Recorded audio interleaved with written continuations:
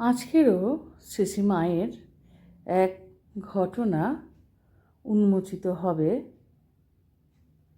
স্বামী প্রেমেশানন্দজি মহারাজ, যিনি চোখে দেখতে পেতেন না একটা বয়সের পর থেকে, তাকে দীর্ঘ 10 বছর যে মহারাজ সেবা করেছিলেন, শ্রদ্ধেয় স্বামী সুহিতানন্দজি মহারাজ, তিনি বলছেন, সেই সুহিতানন্দজি মহারাজকে একদিন প্রেমেশানন্দজি মহারাজ সারগাছিতে থাকাকালীন বললেন, আমাকে একটা বুড়ির পা ছড়ানো ফটো এনে দিতে পারো? রোজ উনি আমার কাছে আসেন। বুড়ি হচ্ছে জগৎ জননী মা শারদা। সারগাছিতে সুহিতানন্দজি মহারাজ কোথায় ফটো পাবেন? তবু তিনি সুখদয়াময় মহারাজকে বলায় উনি ওনার ঘরে একটা মায়ের পা ছড়ানো ফটো ছিল, সেটি খুলে স্বামী সুহিতানন্দজি মহারাজের হাতে দিয়ে অনুরোধ করলেন সুহিতানন্দজি মহারাজ যেন স্বামী প্রেমেশানন্দজি মহারাজকে না বলেন যে উনি এটা তার ঘরের দেয়াল থেকে খুলে দিয়েছেন। শুনলে হয়তো নিতে চাইবেন না। আমাদের বড় অবাক করে যে মানুষটি চোখে দেখতে পান না, তিনি মায়ের পা ছড়ানো ছবি দেখবেন বলে চাইছেন এবং রোজ রাত্রে তাকে দেখতেও পাচ্ছেন।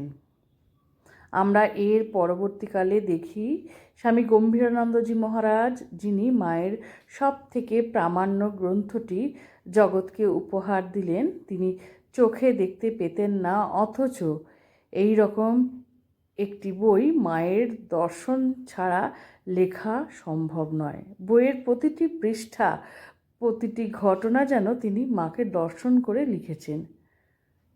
শুধু তাই নয়, যে মানুষটি চোখে দেখতে পেতেন না, তিনি অমরনাথে গিয়ে দর্শন করলেন স্বয়ং ঠাকুরকে এবং সেটি বলে গেলেন শ্রদ্ধেয় স্বামী আত্মস্থানন্দজি মহারাজকে।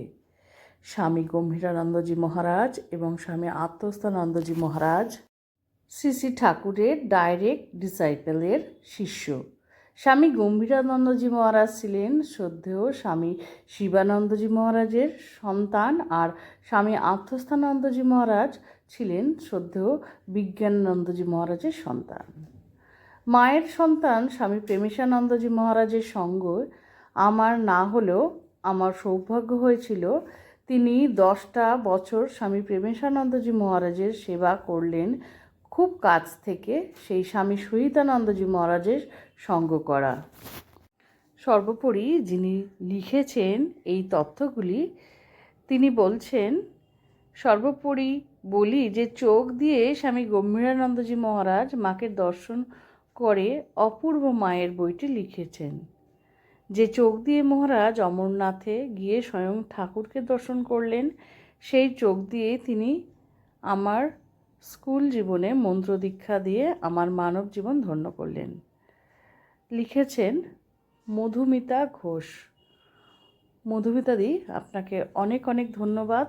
এত সুন্দর আপনার লেখনীর মাধ্যমে আমরা সেই সময়ের সমস্ত কিছু আরও একবার জানতে পারলাম। শ্রী শ্রী ঠাকুর, মা, স্বামীজি, আমার গুরু মহারাজ এবং অন্যান্য মহারাজদের শ্রীচরণে শত কোটি প্রণাম। আর মধুমিতাদির মতো আরও কত দিদি দাদারা আছেন ঠাকুরের, আমরা সকলেই সন্তান।